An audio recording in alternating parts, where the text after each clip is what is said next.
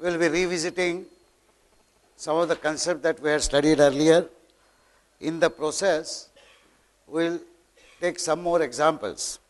As we did last time, here is another example which requires use of two-dimensional arrays.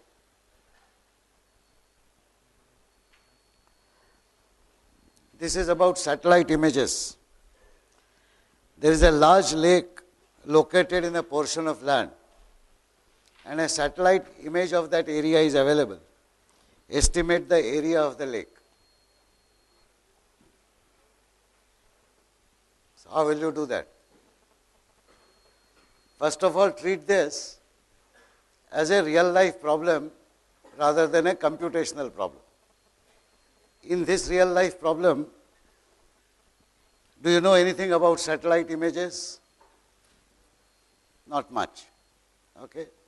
But the word image will tell you that it should be something like a photograph. You know about photographs? Good. Now, if you have a photograph of a land area taken from a very long distance in the Z direction, say aerial photograph from an aircraft. Satellite is merely an aircraft which is flying at 30,000 kilometers. An aeroplane flies at 20,000 meters or 30,000 meters. A satellite flies at 30,000 kilometers. Just like you can have a camera on the aircraft, you can have a camera on the satellite. So some image has been taken. What could be the possible qualities of this image which will tell you something more about what is being captured in the photograph? So can you speculate now? This is where you start making assumptions. Remember what I told you last time? Real life problems will not say evaluate this expression and find the value, or find out the root of this quadratic correct up to 4 decimal places. Real life problems don't come like that. In the real life problems, you have to first figure out that a quadratic has to be solved. You have to frame that quadratic and then solve it. So here is a similar problem. The satellite image, what you have been told is that there is an area in which there is a large lake present and a satellite image is available. Imagine that it's a black and white photograph, not even color image, a black and white photograph. Now generally a terrain in which there is a lake will be how is it likely the lake is likely to be in a vast plain area? It is possible but unlikely. Most of the lakes are found where the region is hilly region, where there are trees, where there are shrubs, where there are rocks, black and brown rocks and so on, and suddenly you will find a large water body. So let's imagine that such is the area. What will be the peculiar characteristic of the photograph that you will see in terms of distinguishing the large water body which is lake versus rest of the area? Can you imagine? Consider the light falling from the sun on this landmass. The reflected light is what you see. Okay. Black bodies will reflect what light? Hardly any light. Brown bodies will reflect brownish or grayish light. But water body will reflect light which can be seen to be very close to white. Now it may not be exactly white, but it will be brighter than most other points in the picture. So is it not possible to analyze the picture element values of the light intensity and determine that it appears to us that these picture elements will probably be part of the lake? And which are those picture elements which show the brightest possible reflection? You remember the histogram analysis that we had done? In general, you can do an analysis of pixels of any kind and determine that some pixels are higher value and some pixels are lower value around some threshold point. Now, the picture elements which are reflected from the lake need not exactly be white, but they will all have values towards 255. All other pixels will have values towards 0 or 50 or 70 or 80. It should be then possible that I determine a threshold value, elements of picture beyond that value are treated as white, elements of picture below that value are treated as black, and everything that is white is a water body. You remember the mid-sem exam problem where there were white patches in a camera? Can you now find a similarity between this and that problem?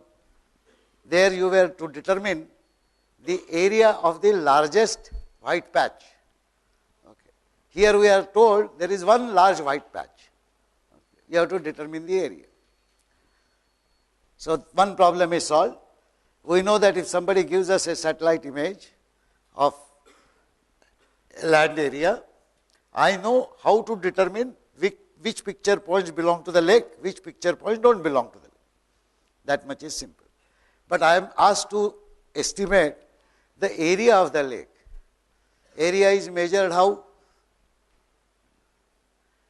Square centimeters, square meters, square kilometers, square miles, square feet. In general, area has the dimension of square of something. If I have a rectangular shape, I know how to calculate the area. If I have a triangular shape, how to calculate it. If I have an odd shape like a lake, how will I calculate the area? Yes? This is a real life problem. It has nothing to do with maths. You have to estimate the area of this lake. There is no length multiplied by breadth, or there is no circular region, so 2 pi r square, no cylinder, pi r h, etc. No regular shape. You have to estimate the area. Okay, imagine you had actually a photograph, physical photograph. One possible thing is you put that photograph on a graph paper. Okay. You have the width and height of the entire photograph that represents the total area. You, on that graph paper, can you not find out if the graph granularity is small enough, every square in the graph is small enough, then how many of those granules fall inside lake and how many fall outside? So those granules which fall inside constitute the lake area. Those which fall outside constitute the outside area.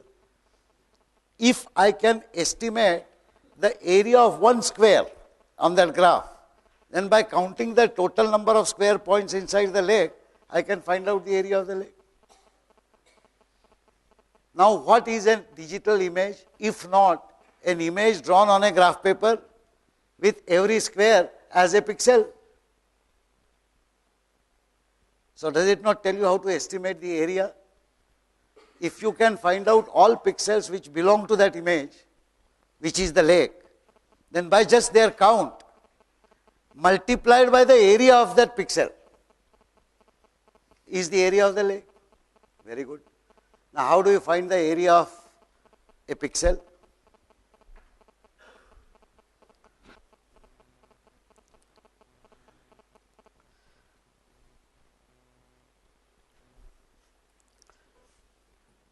Basically, we are saying we will divide this into fine granularity,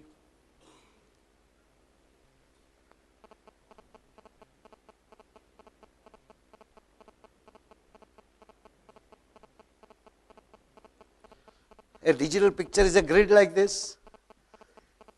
This is a pixel.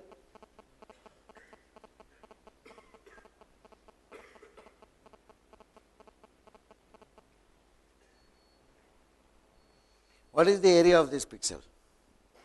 How do you estimate the area of the pixel?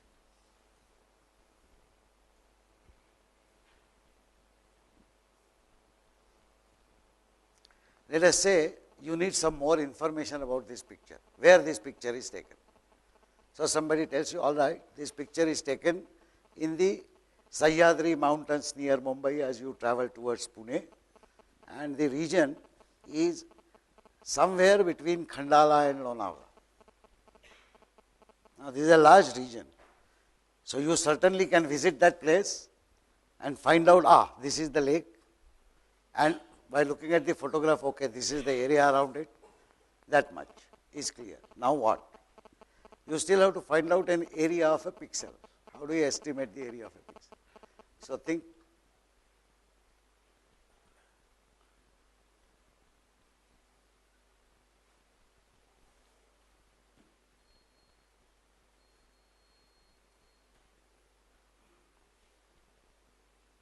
Have you seen a map, normal map, geographical maps? Maps represent features in that area. A political map will represent boundaries of states and districts. A physical cartographic map will represent hills and other things. A general map would represent roads and some locations of prominent points, etc. But all maps have one characteristic which none of you seem to have noticed, and that is the scale of the map. That 1 centimeter on this map represents 2 kilometers. That is how you estimate the distance between the map points. Saying from here to here, it is 3.5 centimeters, and therefore it should be 7 kilometers. If there is a scale on your image, you would then be able to know, because if there is a scale, you can measure the length and width of the total image, which is mapped into total number of pixel points that you have. So you know roughly the area of a picture element. But a photograph generally does not come with a scale. The fellow up there in the satellite has no clue on the actual scale. So he will just send you an image. So how do you determine the scale? So let us look at the physical problem of a map. You are given a map, somebody has forgotten to write the scale. Map de diya aapko. You have got the map now, and say, let us say, take a simpler problem. In a map, I want to determine the distance between some 2 points, which are known to me. For example, somebody has said, this is the map of the region between Khandala and Lonavala, or somewhere around that vicinity. And let us say 2 prominent points, one village is there,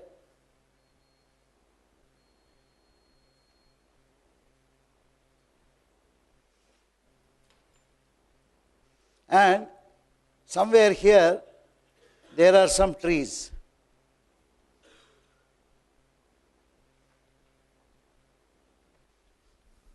And when I go to that region, I can see this village and I can see those trees maybe about 1 kilometer or so. Can I not do the following? Can I not go to one of the houses here and start walking towards these trees, measuring the distance as I go along? Suppose this turns out to be 1 kilometer.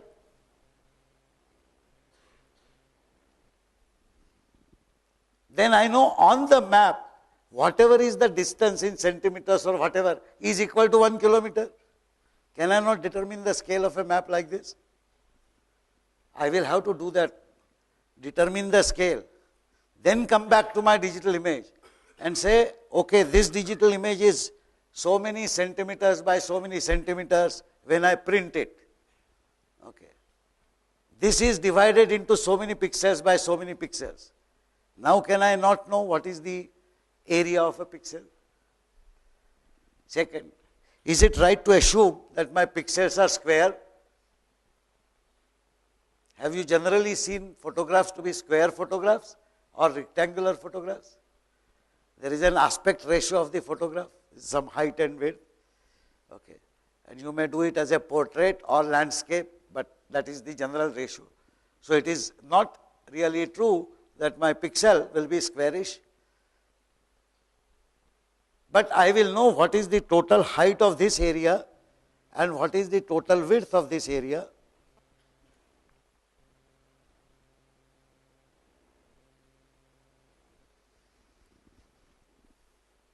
In terms of kilometers now, because I have measured this. And that will be equal to H number of pixels and W number of pixels. Will I not know now exactly the dimensions of individual pixel, the resolution of an individual pixel? So if this is a pixel, let's assume a rectangular pixel. It could be like this or like otherwise. Now I will call this as horizontal resolution, say resolution H, and This is the resolution in width. No, it's the other way around. Well, horizontal resolution is like this. H is height actually and vertical resolution. So let me call it RV. This is the vertical resolution. This will tell me a pixel covers how much area. By the way, in general, when you talk about satellite images satellites already know what is the resolution of their camera. They also know at what height the satellite is flying. So it is possible to state with a pinpoint accuracy that a digital picture taken by that satellite, each pixel will cover so many meters by so many meters. That is called the resolution on the ground. In fact, the GPS systems that are used by most people offer a resolution of 7 meters. That means you can determine the longitude and latitude of where you are from that GPS equipment using that satellite which is positioning you to the accuracy of plus minus 7 meters. And the satellites which are now coming up for the general civilian usage will reduce it further to 6 meters and 5 meters. But such resource computing satellites or what you call digital imaging satellites, these are not satellites meant for general purpose people. These are satellites meant to fly on specific area and they have much higher resolution. 1 meter by 1 meter resolution is common in these satellites. And as we progress, the resolution is coming out to be smaller and smaller and smaller. But this is additional information not related to this problem. Just wanted to tell you that having thought so much, we should understand a little bit more about digital images. Coming back to the problem, I would now like you to note, we started with a problem statement which says a large lake is located somewhere, estimate its area if you are given a digital image. Before even you could think of doing any programming, you had to resolve so many issues. And without resolving these issues, you would not be able to write a correct program because you don't know what assumptions to make. So whenever such problems appear, you will have to make assumptions. Some of the assumptions are stated here. 1, image has W pixels per row and has H rows. So H is the height. You know all digital images, you count width in the positive X direction and Y increases downwards. Okay. Typically that is the way you take origin as the top left corner of the image. So there are W pixels per row and it has H rows. Okay. So this is W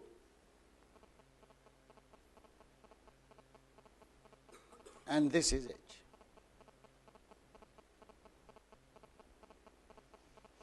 Next, each pixel has a resolution. Actually, I have made a mistake here. It should not be RH. We'll call it RV, sorry.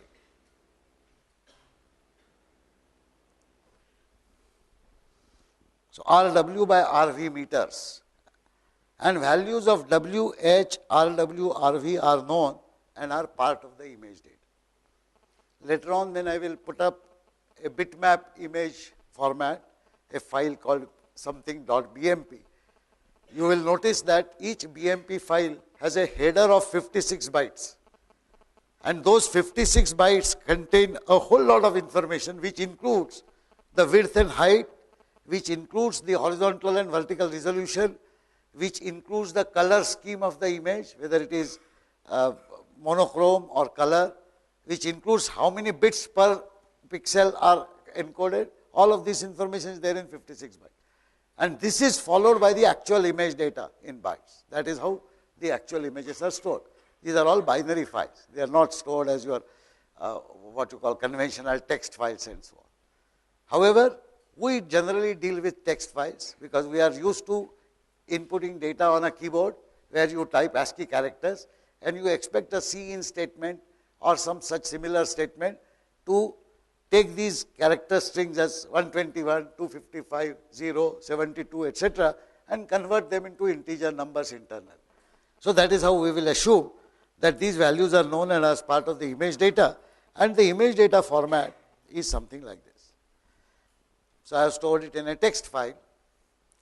Line 1 contains the values of W, H, RW and RH.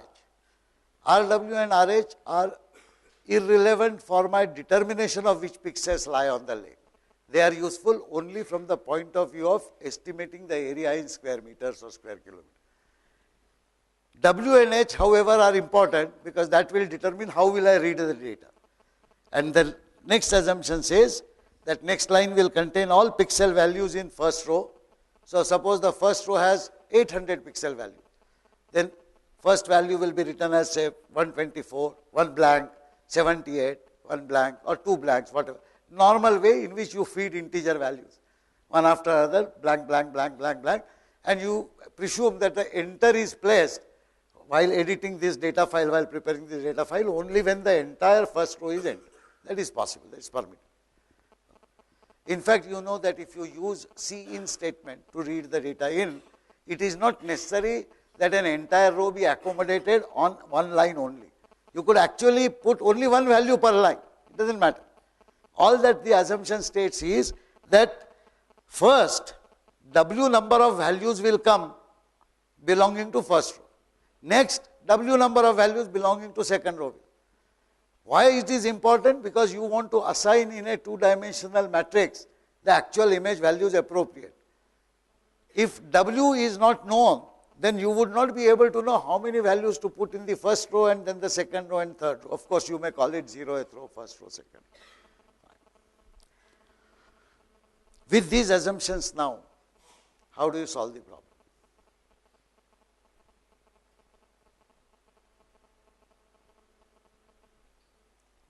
Now this is a programming problem. You have been given a data in a file which is a text file. Let us make assumption about the name of the text file. So what would you like to call it? Let us say image data.txt. This is the file.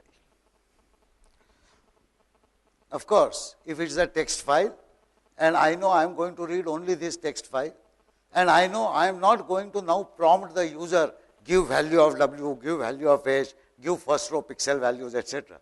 Because I am most certainly not going to type out these values on the terminal. Anybody who is lion-hearted enough to type 800 by 1200 image pixel values on a terminal? Nobody would do that. Nobody in the right mind would do that. So you would expect this data to be read from a file. We have made a simplifying assumption that it is a text file, and therefore the best thing for us is to write our program and then use input redirection to read all the data, because no other data needs to be read really. Only this data is required. So if my program is, let us say, prog.cpp, then the way I will carry on with this is I will say C++ prog.cpp, and I will simply say ./a.out, redirect the input from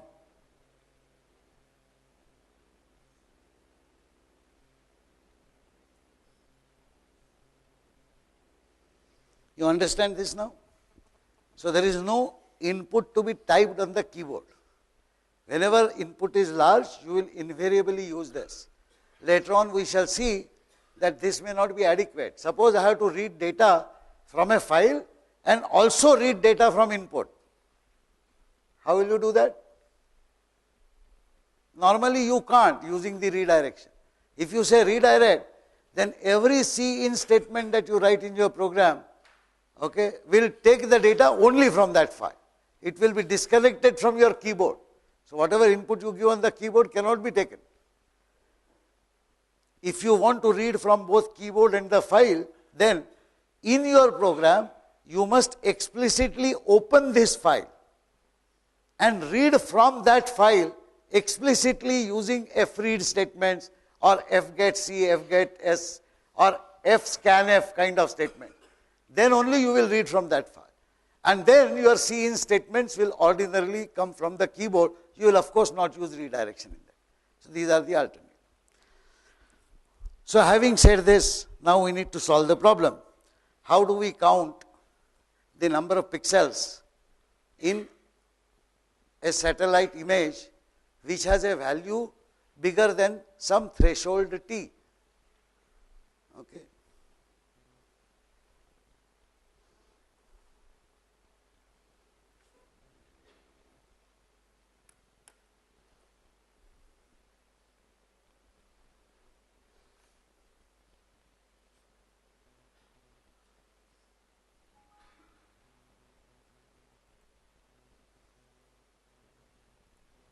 Okay.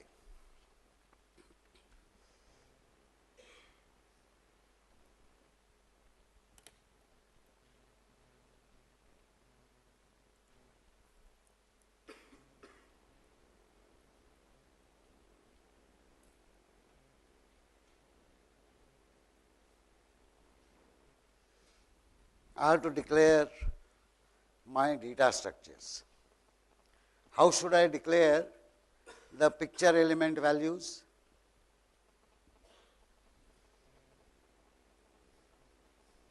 Let's say I say int P for picture,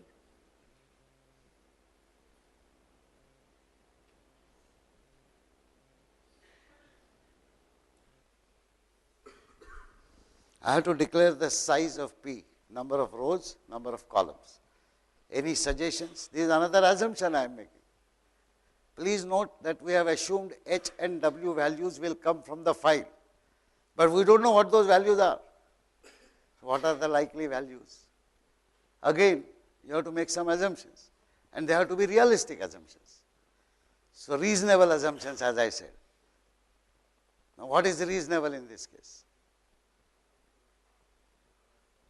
So, speculate, think. Anybody? You tell me, what will you speculate? You are speculate, so you are not responsible for what you say. 2000 by 2000. Any other numbers? 5000 by 5000. Okay. Any other number? Nobody is suggesting 20 by 20.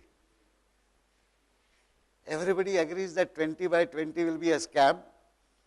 It won't contain a probably good image at all. So, we are very clear of what is on the low side. Nobody is suggesting 1 lakh by 1 lakh, because mentally inside your thinking, you are very clear that 1 lakh by 1 lakh will be too large. So, all of you are sort of veering around somewhere between 2000 and 5000. Okay. This is not necessarily based on your actual knowledge of any satellite image, but this is based on common sense. You are perfectly justified in writing a program using your common sense, but you must explicitly state the assumptions that you are making. You must state that the assumption you are making is that an image at the most is 2000 by 2000 or 5000 by 5000. What is another area on which this will depend, the size? Anyway, let us assume 5000 by 5000. What is the total number of points these 5000 by 5000 represent? 5 into 5 is 25, 6 zeros after 25. How many? Sorry? 20? 2.5 crores. How many million? 25 million points. Each integer value is how many bytes? 4 bytes. 25 million into 4 bytes will require how many of bytes of memory? 100 million bytes. Today, you are fortunate because even your small PCs have 2 gigabytes of memory. There was a time when memory of a personal computer used to be 64 kilobytes. 64 kilobytes. Satellites were there even then, and people were processing those images. How would they do that? They couldn't do it putting an entire image in an array. It was not possible. Later on, there was a time when the PCs had memories which were typically 64 MB, 128 MB, or even 256 MB. Many of you would have seen some older PCs which have 256 MB RAM. In a 256 MB RAM, when there is an operating system, okay, there are some overheads of the compiler libraries and other thing, and your program code itself, will you always be able to put aside 100 megabytes? Now, this is another thought which must occur to you, that whatever I am declaring as the size, is it feasible in the computing environment that I have? And whether it, even if it is feasible in your computing environment, you must make a note of it, so that when other people try to run their program, they should know that they could not run it on a machine with a smaller memory configuration. So that is the minimum they should. Anyway, we proceed with this now. I am not putting a semicolon here, I am just putting a comma, because one style of writing program is to keep adding variable names or array names as I require them in my program. Okay. Since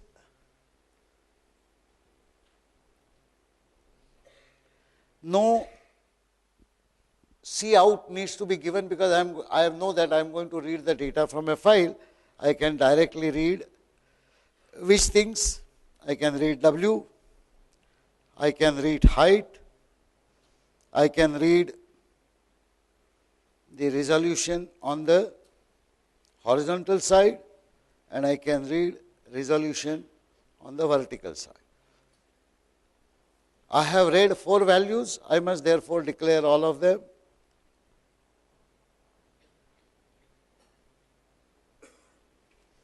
And please remember, while writing in your programs, whether you are writing it for your lab or practice or at home or in an exam, and particularly in an exam, do not postpone the declaration of the variables much beyond after you write them. The moment you write them, you go ahead and add that.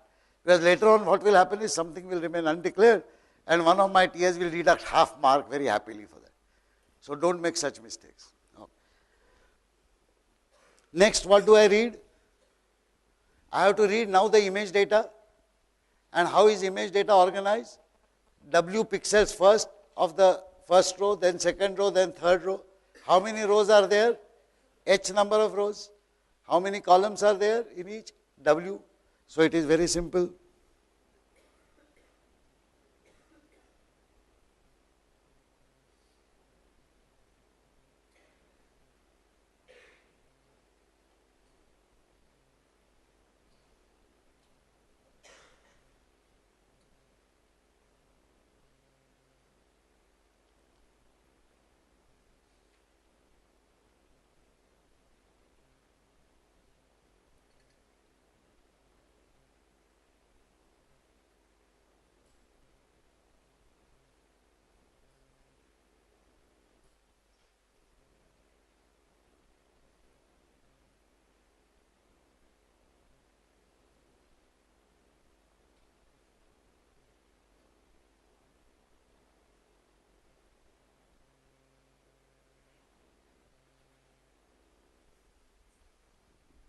Is this okay?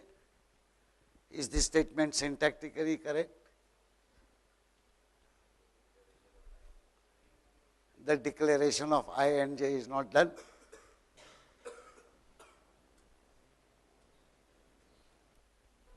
Now is it correct? This is another habit I would like you to develop as professional programmers.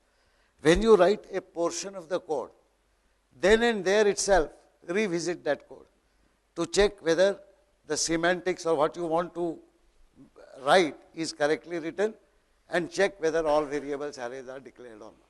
This way you will avoid having to come back again and again and cross check. This works in an exam, this works even for writing programs. In fact, there are a few programmers I have seen in last 40 years, every year I see some, who write their program once and it works correctly. There is no syntax error, there is no semantic error. That is professional programming. Depending upon C++ compiler to tell you 200 errors is one way of simplifying your task. But it is a guaranteed way of not becoming an expert programmer who has trained his or her mind to perfection. And that is what you should attempt while writing itself. So I have read the picture array now. What do I have to do now? I have to count the total number of pixels which fall within the lake region.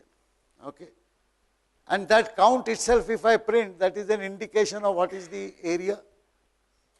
Or if the resolution is given, let us say in terms of meters, then those number of pixels multiplied by RH and RV will be equal to the area of the lake.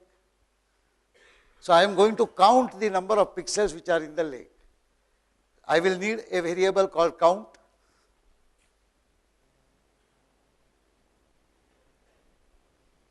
Since I am going to proceed to counting, I must start with count equal to 0. This much is very clear. Okay.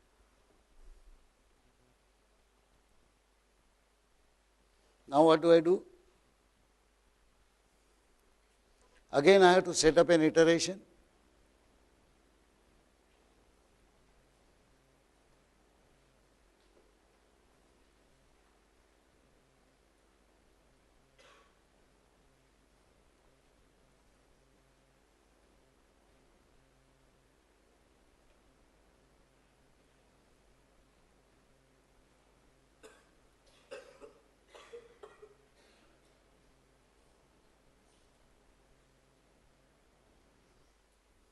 Now I have to examine each picture point and compare it with what?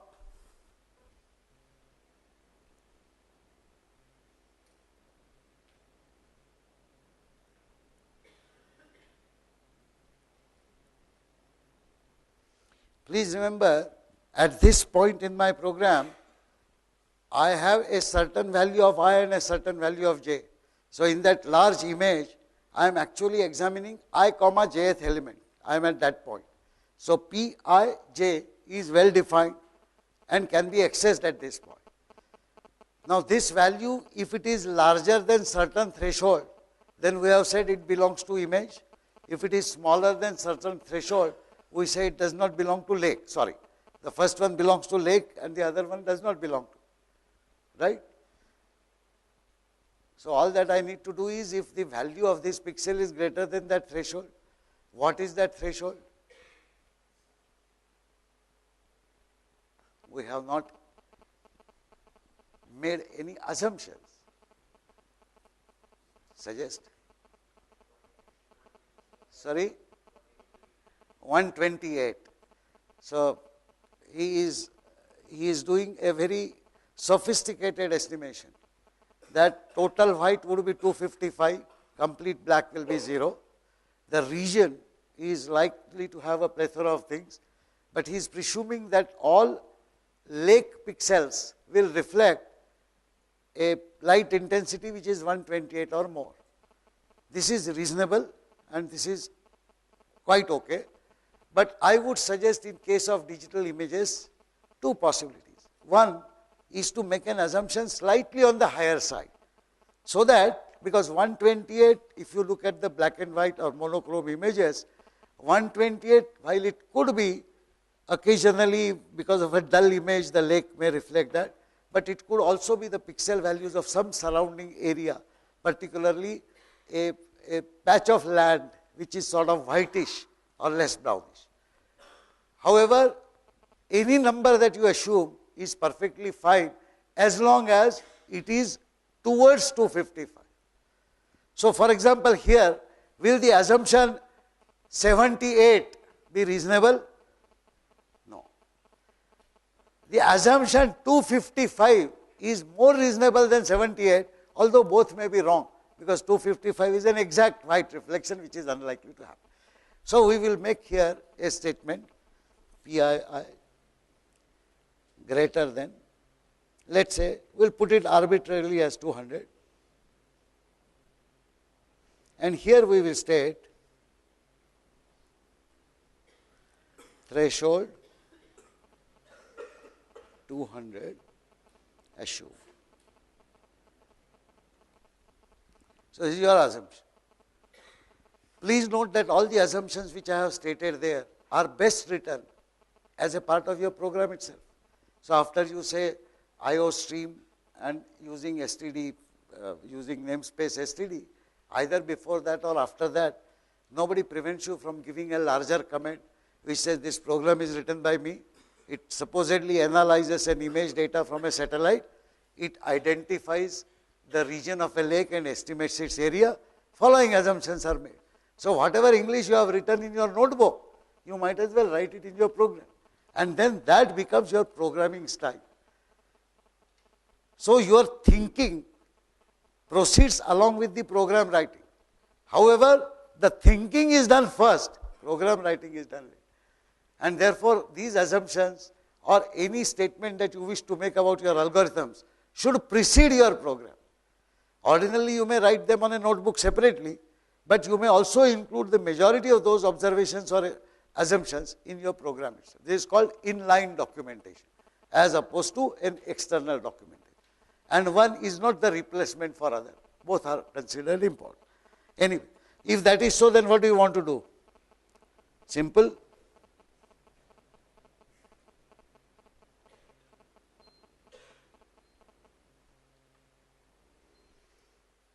And now, you have to calculate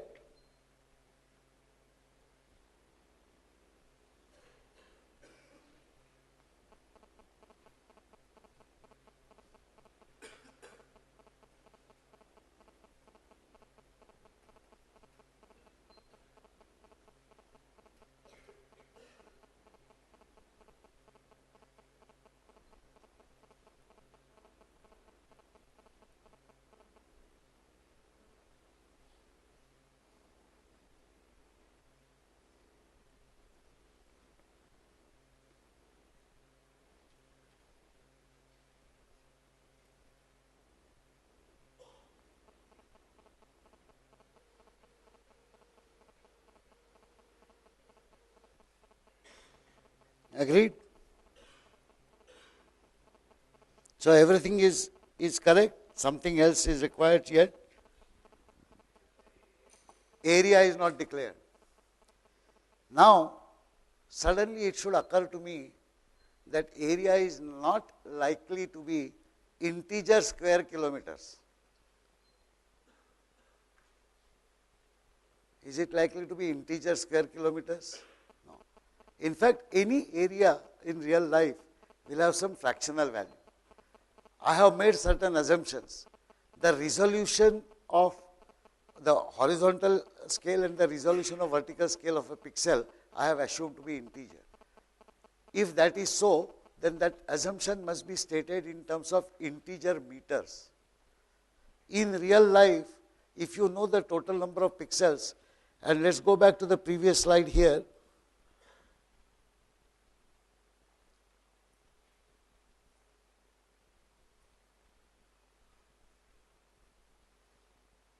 Oh, I jumped the gun by several slides. Okay, never mind. So if this was my assumption made earlier, and I had declared in my program RH and RV to be integer, then I know that I have perhaps made a compromise somewhere. Having made that compromise, I will write here, continue to write here, area, and close the chapter because my program has ended, with very clear understanding that this is the assumption that I have made. Then the resolution better be in terms of centimeters or in terms of whatever unit people are confident of having that integer value as a resolution. But that is not my responsibility, that is somebody else's responsibility. However, imagine that you are not merely a programmer, but you are also an expert in interpretation of digital images. And you are advising, let us say, the Resources Ministry of Maharashtra to tell them that this is the area of the land covered by water body. Then you want to be as exact as possible. Then you will have a team sent to that Khandala, Lonavala region to measure actual area as clearly as possible.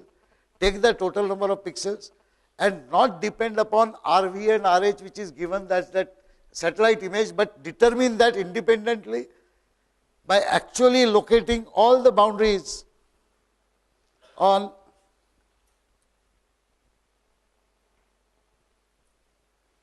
this point, this point, this point, this point, you will have a scale which will say 1 centimeter is equal to 0.839 kilometers. You will go to that level of resolution because you want to be exact as possible. This is what you will do in real life. But in programming, you will notice that whichever way you resolve the other issues, your program here, which starts by counting, count equal to 0, reads this image data and calculates this and gives you the estimated area of the lake as area is as accurate as possible. In terms of programming problem, you have solved the problem correct. Is that clear? Okay. Now we will go further. We will say that, look, this is the water body, but I want to know the contours of the lake. I want to know what is the perimeter. Suppose I start walking around the lake, say today morning 7 o'clock, and I walk at 4 kilometers an hour robust speed. How many hours it will take me to come back to this point? That is perimeter, pradakshina. How will I determine the perimeter?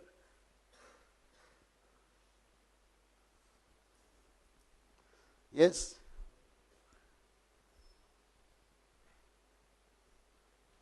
Estimate the perimeter of the lake. The total number of pixels on the boundary of the lake. How will you estimate that?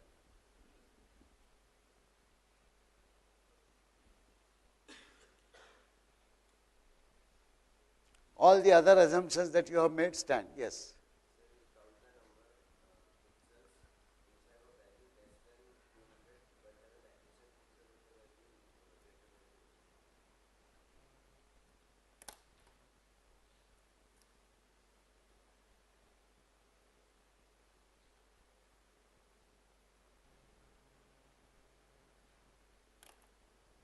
Any other suggestion? He is suggesting that count all the pixels which have a value greater than 200, but which has an adjacent pixel which are not all 200, greater than 200. Here we introduce the notion of neighbors of a pixel.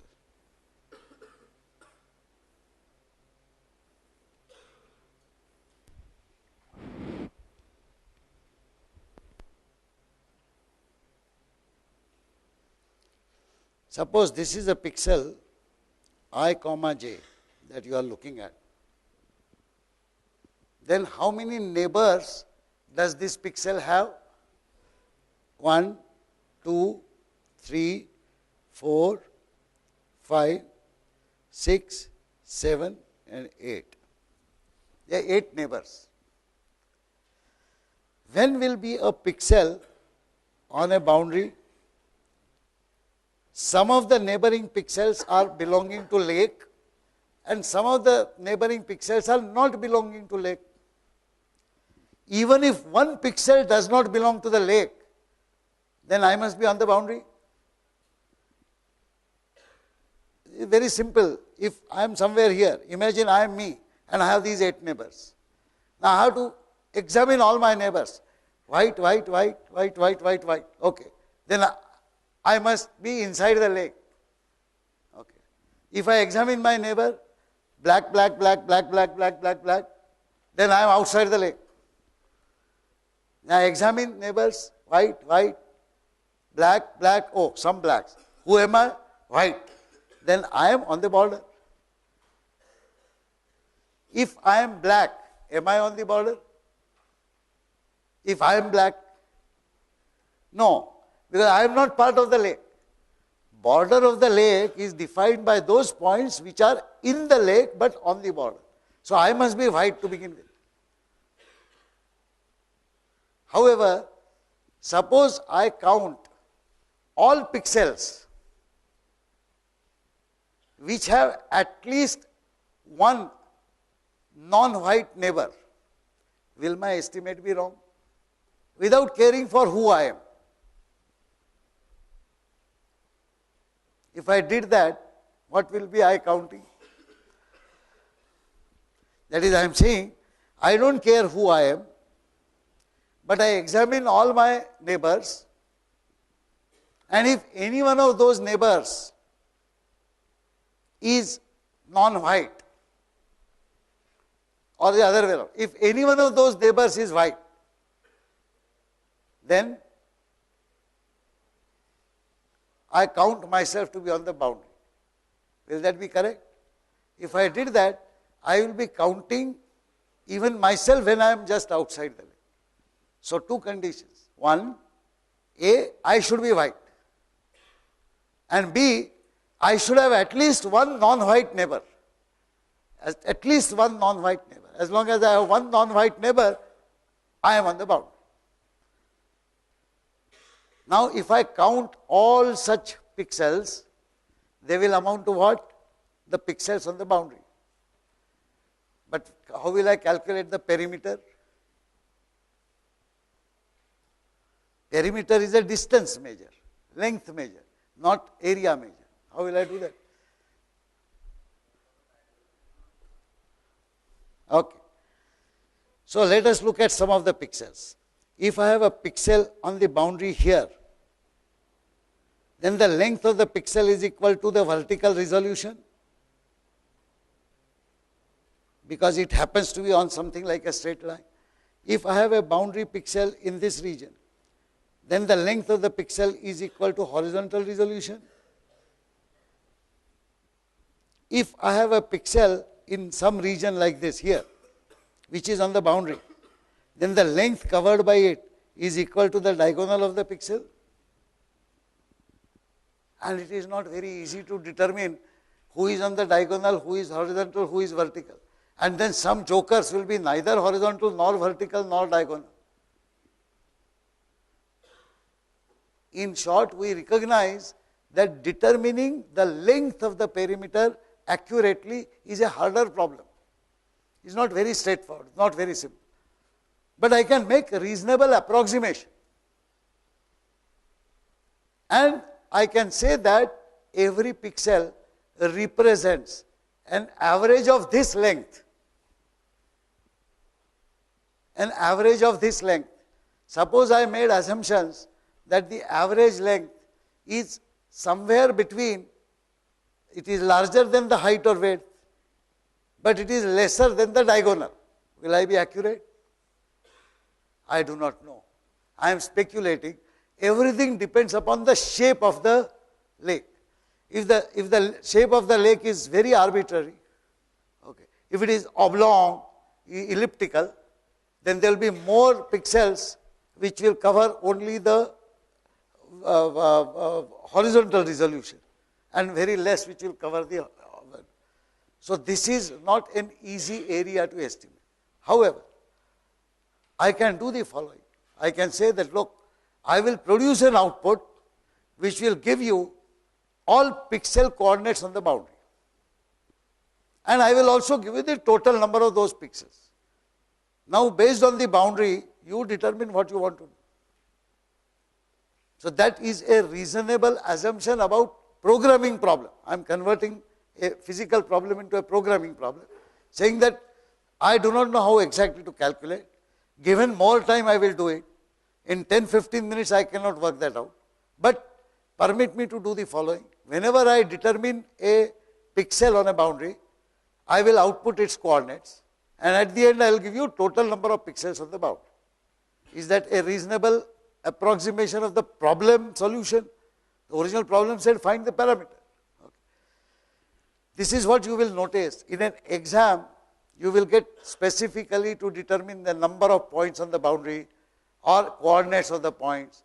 In real life, you always have to solve problems which involve physical dimensions and therefore some additional work. Here, so we go back to, sorry for the transition, very harsh transition from something discussion related to Marx to discussion related. Now here, what is the issue when you have to do such counting? Please note that you have two outer iterations already maintained.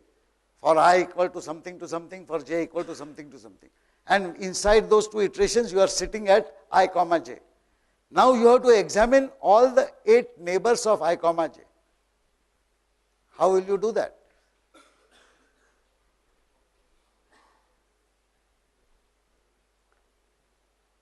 How will you examine all neighbors of I comma j?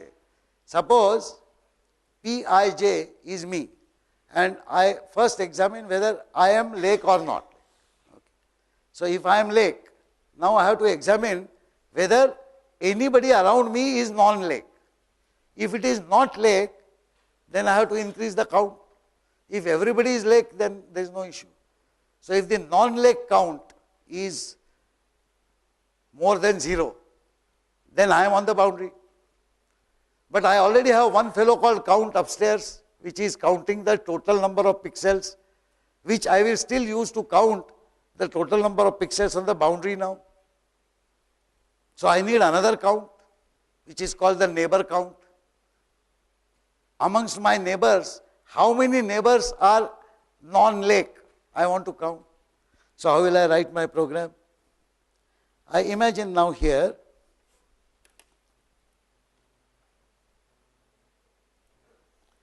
that I already have this set up.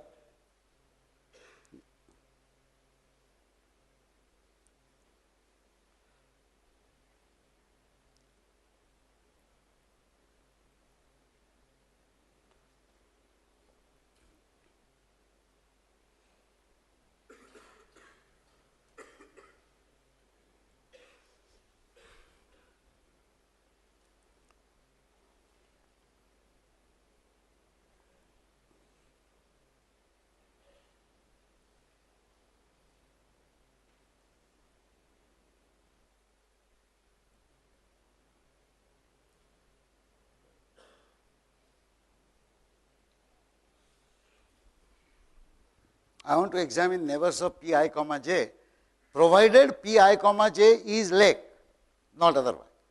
So if it is not lake, I don't have to do anything. I can just go to the next iteration. So one statement which I can write here is, if Pi j, what was the threshold that we had taken? 200. So greater than or equal to 200 or greater than 200? Greater than 200.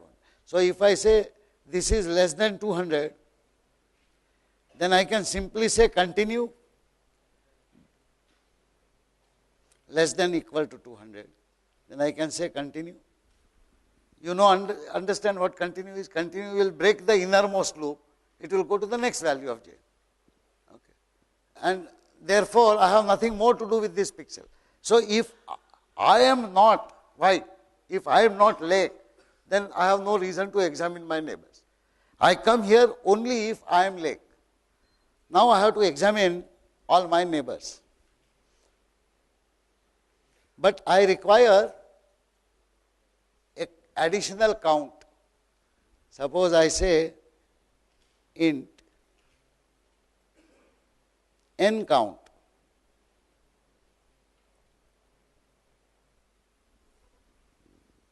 This is the neighbors count, or if you want ln count, this is the lake neighbor count, is equal to 0. Now what kind of statements I will make? If, just look at this, if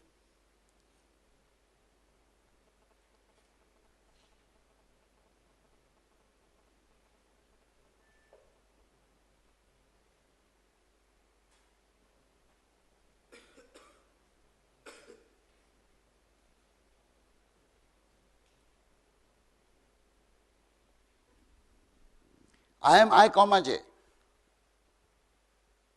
Okay. My I minus 1 j comma minus 1 is my diagonal neighbor up above me on this side. If that fellow is not lake, then I have to count 1.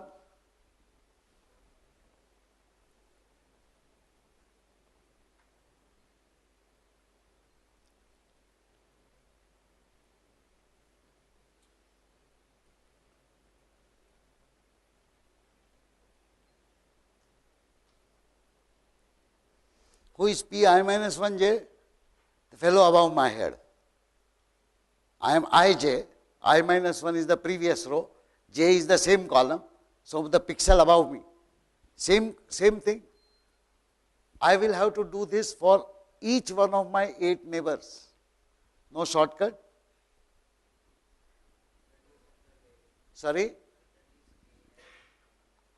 He is suggesting introduce a variable k and l and run a loop k equal to k varies from minus 1 to 1, l varies from minus 1 to 1, and then p of I plus k and j plus l is less than 200, then ln count plus plus. So, I will have one for statement, another for statement, and this. This is therefore one way of doing it. When I finished everything, my ln count will determine whether I am that image or not. Let me go forward and implement what he is suggesting. For example, I will say int k l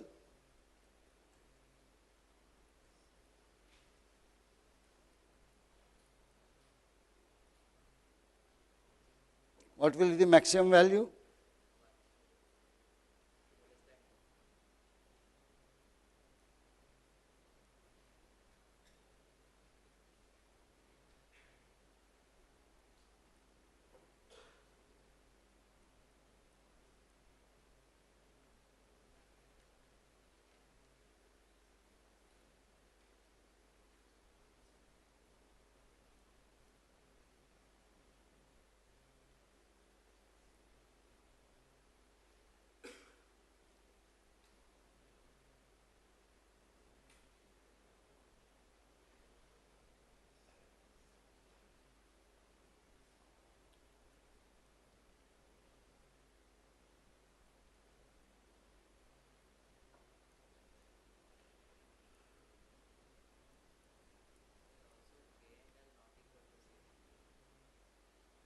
I will come to that.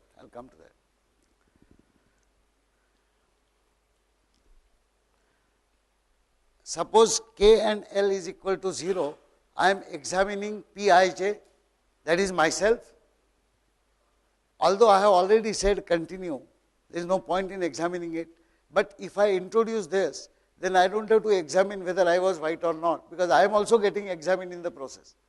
If I am less than equal to 200, count will become 1. It is unlikely that others are all white around me. If I am non-white, then one of my neighbors is also non-white. Otherwise, the lake will have a hole. Okay. So, therefore, this is also okay. If the count is, ln count is non-zero, can I say I am on the boundary?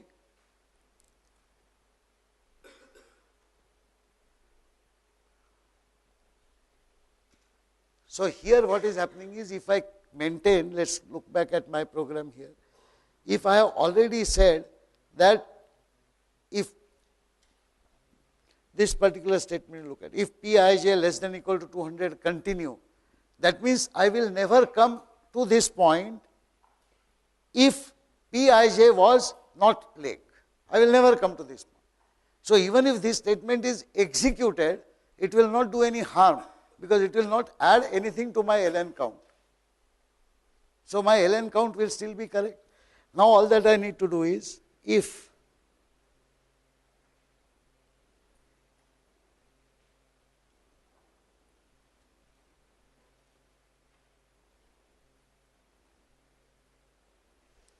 ln count is greater than 0, that means around me there is at least one fellow who is non-lake. That means I am on the boundary.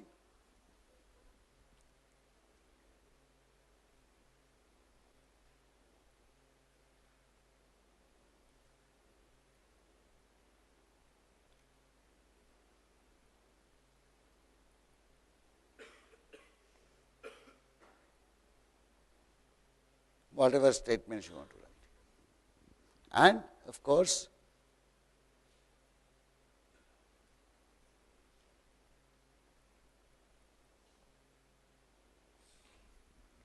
so you will add 1 to the count, count this time is not the count of pixels which are inside lake, but the count of pixels which are on the boundary. Do you agree that this program will give me the total count of pixels on the boundary? And therefore, when I come out, I will have the total count printed, and inside, if I wanted, I could print the coordinates of each of the points on the boundary. Okay. The next problem,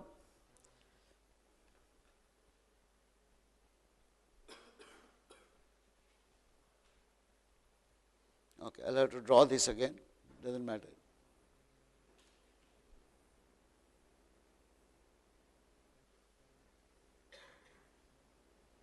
Let's say this is my lake. Unfortunately, in real life, when you have a large water body, there are also small water bodies around it. So when you have a large lake like this, there will be a small pond here, there is a small pond here, there is a pond here. Okay. There are some people who have gone for camping. Let's say a group of your people have gone for camping, and you have put up tents, and all those tents are white tents. As far as the satellite is concerned, the poor fellow cannot distinguish between the roof of a white tent and the water body. He is just looking at the reflection. So you also get counted as lake. This also gets counted as lake. That is not the intention of the real life problem. The real life problem says that there is a large water body which is lake. Now, Mr. Remote Sensing Expert or Miss Remote Sensing Expert, please understand that there may be small water bodies here and there. Please ignore them and give me the area and the contour of the largest portion. Can you now see the similarity between the problem of the mid-sem exam, which said that you have multiple white patches and you have to determine the area of the largest patch. This is one of the physical problem reasons why such a requirement will arise in practice. There could be many such things. How will you solve this problem? For any one area, you know how to calculate. For any one region, you know how to calculate the area. So I will just leave this hint and work it out. Maybe I will put up this solution on the web. The solution is that as you scan the pixels row by row, okay, when you come to the first row where you find a pixel which is white, which is on the lake, then you stop there and you freeze that I comma j, for example. Now you determine all the pixels which form the boundary and the region surrounding this area, which is the connected area. The connected area may be only 1 pixel long, isolated pixel. The connected area may be 28 pixels, some 2 pixels in the first row, 3 in the next row, 5 in the third row, 3 in the second row, but all connected, no discontinuity. You can scan the subsequent rows and again examining the neighbors, you can determine whether you have the connected area or not. You are not examining anything else now. There might be another water body here, there might be another water body here, you are not looking at. You are looking only at the connected pixels. By looking at the neighbors in the next row of the pixels which belong to the lake in the previous row, you will determine whether they are connected or not, and you can keep on doing that. You have isolated this region. In a separate array structure, I store this region. I continue my scanning. When I come here, I have no more pixel in this region. Now I go back to this IJ where I had left, and I start examining this row again. Is there any lake pixel? No. I again come here. Is there any lake pixel? Yes, there is one. However, this is part of an area which I have already identified, so I can ignore that. I continue here. I come to the next row. I come to the next row. I suddenly find out a pixel which belongs to another area. Now this is not part of the earlier area which I have got. This is a new area. I do exactly the same thing. I freeze I comma j at this point and I examine all neighbors till I cover this entire area. Please note that when I come here, I may, if I go forward, I may find some other water body, but I will not go forward because I am only looking at connected pixels. The next pixel here will be black, so it is not part of this. So I will find out all the connected area like this. And I would have got another area identified in another array. Now I go back to this I comma j and I again start scanning again. So do I find anything here? When I go to the next row, I will find some pixel here, but I will know that it is part of already scanned area. That means while examining every pixel, I have to determine two things. A, whether it is lake, and B, whether it is part of already scanned lake. If it is already scanned lake, I ignore it. If it is a new lake, like for example here, I will find this out. Even if there are 20 such areas, 50 such areas, 100 such areas, I can put them into different 100 matrices. I can have either a 3-dimensional matrix or I can have a 2-dimensional matrix where I say start point, end point or whatever. Now that problem is a bit more tricky, but that is the problem that you will have to solve for a real life scenario. Okay. So I will put up that solution on the web in the context of this problem, and it's exactly the same thing as the problem that was given in the mid-sem, so you'll know the answer. Okay. Thank you so much.